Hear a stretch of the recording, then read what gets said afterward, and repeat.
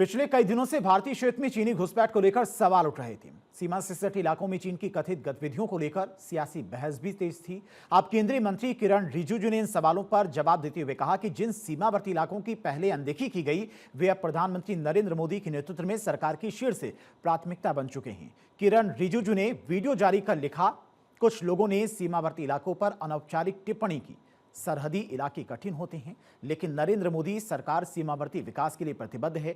बुनियादी ढांचागत कार्यों में तेजी लाने के लिए मैं अरुणाचल प्रदेश के माजा, गालिमो और तकसिंग क्षेत्र में गया था। अतीत में सीमावर्ती क्षेत्रों की उपेक्षा की गई थी, लेकिन अब ये सर्वोच्च प्राथमिकता है। इसके साथ ही किरण रिजिजू ने विपक्ष को जवाब दिया और कहा कि उन्होंने वो बातें खारिज कर दी कि चीन ने अरुणाचल प्रदेश में 7 किलोमीटर अंदर तक घुसपैठ की है। किरण रिजिजू ने क्या कहा? उन्होंने कहा कि भारत और चीन के बीच में अरुणाचल प्रदेश में लंबी सीमा है और इस सीमा को रेखांकित नहीं किया गया है। सीमा के बॉर्डर पर पिलर नहीं है, जमीन पर बॉर्डर को डिफाइन नहीं किया गया है। यह अभी का मुद्दा नहीं है। मौजूदा बॉर्डर पॉइंट पर हमारा पोस्ट है, मगर जो ऊपर के जंगल हैं वहां चीन की एक्टिविटी बढ़ गई है। उसी को लेकर हमारे गांव के लोगों ने चिंता जाहिर की है, लेकिन ऐसा झूठ बोलना कि 60 किलोमीटर अंदर आ गया है, इधर बांग्लादेश का जहां तहां का फोटो डाल करके पूरा चीनी सेना हमारे अरुणाचल के 60 किलोमीटर अंदर आ गया है, ऐसी बातें फैलाने से वहां के जवान,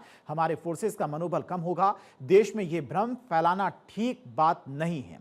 भारतीय सेना ने चीन के नए कैंप या हालिया अतिक्रमण के आरोपों को आधारहीन बताया। विदेश मंत्रालय ने 11 अगस्त 2026 को कहा कि सीमावर्ती क्षेत्रों में शांति और स्थिरता बनाए रखना अत्यंत अहम है। साथ ही ये भी कहा कि भारत ने द्विपक्षीय वार्ता में हमेशा इस बात पर जोर दिया है कि भारतीय क्षेत्रों में चीनी सैनिकों का घुसपैठ कुछ सबसे गंभीर मुद्दों में से एक है।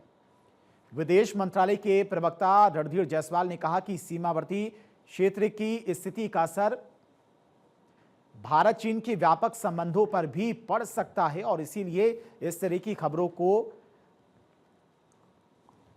नहीं फैलाना चाहिए। हमारे जवान पूरी मुस्तैदी के साथ में सीमा पर डटे हुए हैं। तो विदेश मंत्रालय के प्रवक्ता रणधीर जायसवाल ने कहा कि सीमावर्ती क्षेत्रों की स्थिति का असर भारत चीन के व्यापक संबंधों पर भी पड़ सकता है अगर इस तरह की भ्रामक खबरें फैलाई गई। और आने वाले महीने में ब्रिक्स सम्मेलन भी होना है। ऐसे में चीन के राष्ट्रपति भारत के दौरे पर भी आने वाले हैं, तो इस तरह की खबरों को नहीं फैलाया जाना चाहिए।